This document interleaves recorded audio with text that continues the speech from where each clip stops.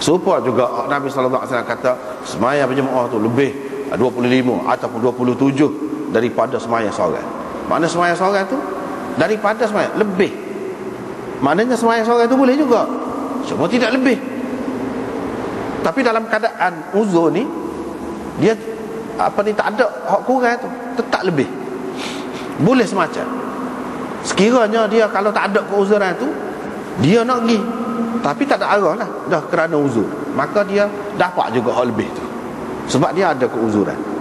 Keuzuran yang disebutkan di sini iaitu hujan lebat ataupun malam yang sejuk ataupun lain-lain lagi. Ini hanya satu contoh. Kalau sakit, kalau apa-apa halangan yang lain lagi pun begitu juga, boleh. Mana kalau tak pergi semaya tu, berjemaah tu, kena semaya juga, semaya sendirilah. Ataupun kalau nak berjemaah di rumah kita, di tempat duduk kita tu ada beberapa orang, 2 orang tu tak apa juga, boleh. Tak payah pergi tempat jemaah orang ramai-ramai tu, tak payah pergi.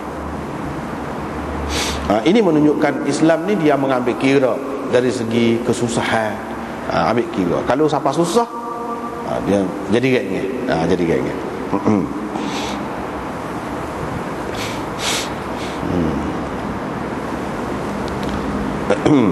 Ibnu Battal menukilkan, dia kata ijma' ulama tentang hujan lebat ataupun sejuk ini termasuk dalam a'zar, yakni perkara-perkara yang membolehkan seseorang itu tak pergi, tidak jadi tak apa kalau dia tak pergi, begitu. Lepas tu banyak lagi lah lain-lain yang termasuk dalam keuzuran untuk pergi jemaah. Dulu kita sudah bincang dah tu, apabila kita bincang tentang sembahyang jemaah dulu. Kemudian dalam riwayat yang kedua juga daripada Nafi', dia kata Ibnu Umar sendiri. Tadi Ibnu Umar suruh munadi dia, ni dia sendiri bah. Lepas pada tu dia pun berseru, kata sallu fi rihalikum. Dalam riwayat yang pertama, dia sebut Ibnu Umar suruh seseorang yang lain, bukan dia sendiri. Dalam riwayat yang kedua ni dia sendiri. Mana boleh terima kedua-duanya. Riwayat yang pertama dia suruh munadi, itu maknanya orang yang cerita dengan suara yang derah lah. Itu maksud munadi tu. Dalam riwayat yang kedua dia tu sendiri bang. Hak riwayat yang pertama, lepas pada tu dia suruh orang lah, royaknya derah. Gitu.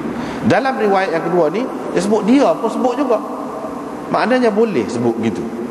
Lepas pada bang, thumma nada, lepas pada dia bang tu dia kata semayalah di rumah, semayalah di rumah ataupun di tempat kamu masing-masing. Perawi kata lepas pada tu dia pun cerita daripada Rasulullah sallallahu alaihi wasallam. Rasulullah pun buat lagu tu juga. Dia suruh bang, panggil orang semaya dulu, lepas pada tu suruh orang tu berseru sallu fi rihalikum, pada malam yang sejuk dan pada malam yang berhujan.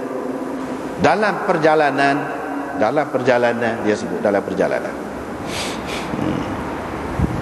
Abu Daud kata Hammad bin Salamah meriwayatkan daripada Ayyub dan Ubaidillah, dia kata dalam hadis dia tu, dalam perjalanan pada malam yang sejuk ataupun malam yang hujan lebat. Gitu. Mana ada beza sikit lah dalam dua riwayat ini. Walaupun hak datah tu semuanya daripada Ibnu Umar juga, daripada Nafi' juga, tetapi perbezaan itu kalau kita tengok dalam dua riwayat itu berbeza. Dalam riwayat yang pertama maknanya sallu fi rihalikum fil lailatil baridah wa fil lailatil matirah fis safar. Gitu. Maknanya safar, fis safar tu sebut dulu. Tu perkara hak bezanya. Dalam riwayat yang kedua dia kata fis safar tu dulu. Fis safar tu dulu. Dalam riwayat yang pertama fis safar tu kemudian. Itu hak bezanya. Yang kedua bezanya dalam riwayat yang pertama fil lailatil baridah wa fil lailatil matirah, dengan waw bukan dengan aw. Tapi dalam riwayat yang kedua, iaitu riwayat Hammad bin Salamah ni, fil lailatil qarrah awil matirah. Aw bukan waw. Itu dua bezanya. Yang ketiganya, dalam riwayat yang pertama dia sebut fil lailatil baridah, dalam riwayat yang kedua dia sebut fil lailatil qarrah. Lafaz dia tu berbeza, walaupun makna dia sama, malam yang sejuk juga, serupa ya tu. Seterusnya riwayat daripada Nafi' lagi, daripada Ibnu Umar. Ini riwayat lain. Ibnu Umar nada bis salat, makna badi dhajnan, pada malam yang sejuk dan berangin. Di akhir dia tu dia kata, ala sallu fi rihalikum, ala sallu fi rihal. Lepas tu dia sebut Nabi sallallahu alaihi wasallam suruh lagu tu juga, buat lagu tu juga. Dalam riwayat seterusnya, riwayat yang keempat, riwayat daripada Qa'nabi, daripada Malik, Imam Malik pula, yang beriwayatkan daripada Nafi'. Maknanya anak murid Nafi' ni ramai, ada yang orang ni orang ramai lah. Ni Imam Malik pula. Jadi lafaz dia tu ada berbeza-beza sedikit sebanyak, walaupun maksud keseluruhannya sama. Iaitu Ibnu Umar azana tadi nada, ni azana ba lah, nada tadi makna ba juga, azana bis salah, pada malam yang sejuk dan berangin. Faqala ala sallu fil rihal. Lafaz dia tu sikit-sikit ada perbezaan. Kemudian dia kata Rasulullah sallallahu alaihi wasallam suruh muazzin dia bila malam sejuk ataupun malam berhujan tu, dia suruh kata lagu tu lah, ala sallu fil rihal. Dia suruh kata lagu tu. Lepas tu riwayat daripada Nafi' lagi, tapi anak murid Nafi' sekali ni bukan Malik, bukan orang lain-lain, tapi Muhammad bin Ishaq, yakni Ibnu Ishaq, daripada Ibnu Umar juga. Dia kata nada munadi Rasulullah sallallahu alaihi wasallam bidzalika fil Madinah fil lailatil matira wal ghadatil qarrah. Yani orang yang berseru bagi pihak Rasulullah sallallahu alaihi wasallam, berseru begitu, kata derah begitu di Madinah. Bukan dalam perjalanan seperti riwayat lain tu, tapi di Madinah. Di Madinah itu tempat tinggal tetaplah pada malam yang berhujan, hujan lebat, dan pagi yang sejuk. Abu Dawud berkata, hadis ini telah diriwayatkan oleh Yahya bin Sa'id Al-Ansari daripada Qasim, yakni bukan melalui tariq Nafi', tapi melalui orang lain, tapi sampai kepada Ibnu Umar juga daripada Nabi sallallahu alaihi wasallam. Qala fihi, dalam riwayat itu dia sebut fi safar, dalam perjalanan, bukan di Madinah. Cerita tu. Maknanya Imam Abu Daud nak ayat khilaf anak murid ni, perawi ni. Ni kata gini, ni kata gini, ni kata gini. Bila dia sebut riwayat Ibnu Ishaq itu, dia pun sebut hak lain. Maknanya semuanya anak-anak murid Nafi' ni, selain daripada Ibnu Ishaq, sebut dalam perjalanan. Hak ni sebut dalam perjalanan belaka, bukan di Madinah. Ibnu Ishaq seorang saja sebut di Madinah.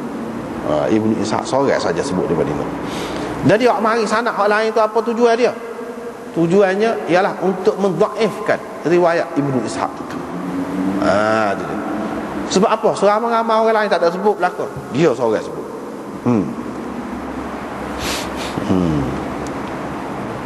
Sebab itu dia kata dia, fazada Muhammad bin Ishaq, pada muka surat 38 sini, lafz fil Madinah, dia ada menambahkan lafaz fil Madinah. Fa khalafa ma rawahu ashabu Nafi' al-huffaz al-mutqinun. Dengan begitu dia telah bercanggah dalam meriwayatkan hadis ini dengan anak-anak murid Nafi' yang lain yang huffaz dan kemah. Anak-anak murid Nafi' hak kemah-kemah lain itu tak ada kata lagu tu. Lepas pada tu orang lain kata fis safar, lam yaqul bil Madinah, dia tak ada kata di Madinah, bal qala fis safar, bercanggah dengan Muhammad bin Ishaq kata dia. Lepas tu dalam riwayat akhir itu juga riwayat daripada Abi Zubair daripada Jabir, dia kata kami pernah bersama Rasulullah dalam satu perjalanan, maka Nabi sallallahu alaihi wasallam berkata gini-gini. Lepas pada tu pada muka surat 39 tu hadis hak ni lah, siapa-siapa nak sembahyang di tempat dia sendiri, bolehlah dia sembahyang. Rasulullah sallallahu alaihi wasallam mengharuskan, membolehkan orang-orang hak pergi berjalan sekali dengan dia tu tidak pergi jemaah sekali dengan dia, sembahyang di tempat masing-masing lah. Lepas tu dia sebut, ni pengarang kita ni, dia sebut wal gharad bi irad hadzal hadis, tujuannya mengemukakan hadis ini iaitu tad'if riwayati Ibni Ishaq fi qawlihi fil Madinah, untuk nak sebutkan dhaif riwayat Ibnu Ishaq ada sebut di Madinah, bukan di Madinah, tapi di dalam perjalanan, begitu.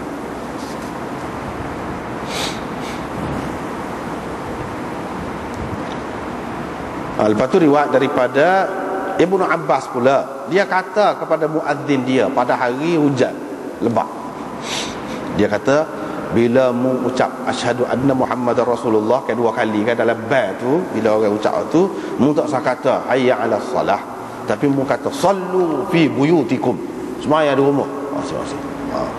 Orang pun dengar tu pelik, istankaru zalika, mereka berasa pelik, ganjil dan tak betul. Ibnu Abbas pun kata orang yang lebih baik lagi daripada aku pun dia buat lagu tu. Maksud lebih baik tu lagu mana? Iaitu Nabi SAW lah. Siapa? Iaitu Nabi SAW. Dia kata tujuan yang aku kata gitu tu sebabnya jemaah ni hak wajib, kata dia. Bila aku kata gitu, suruh kata gitu, tak sewi menyusahkan kamu lah. Tak sewi menyusahkan kamu sehingga kamu mari dalam lecah-lecah tu mari, dalam hujan tu pun mari. Gitu tujuannya, kata dia. Di sini kita nampak ada perbezaan dengan riwayat-riwayat Ibnu Umar hak dulu. Sebab kalau kita tengok dalam riwayat Ibnu Umar itu, nampaknya hak kata sallu fi rihalikum ataupun sallu fil rihal itu lepas pada selesai bait. Lepas pada selesai bait, bukan tengah-tengah bait tu, tukar pula lafaz. Perkataan bait tu dalam azan itu, hayya 'ala salah tu tukar dengan sallu fi rihalikum, bukan lagu tu. Tapi kalau kita tengok dalam riwayat Ibnu Abbas ni tak tukar. Lepas tu dalam azan tu sendiri, bukan lepas azan. Di sini nampak ada perbezaan, dan kerana itulah ulama khilaf dalam perkara ni. Ulama khilaf dalam perkara ni. Walaupun hak lebih kuatnya, kalau nak kata ada apa-apa perkara pun iaitu lepas azan, hak tu hak lebih kuat. Tetapi masih ada khilaf lagi. Masih ada khilaf lagi.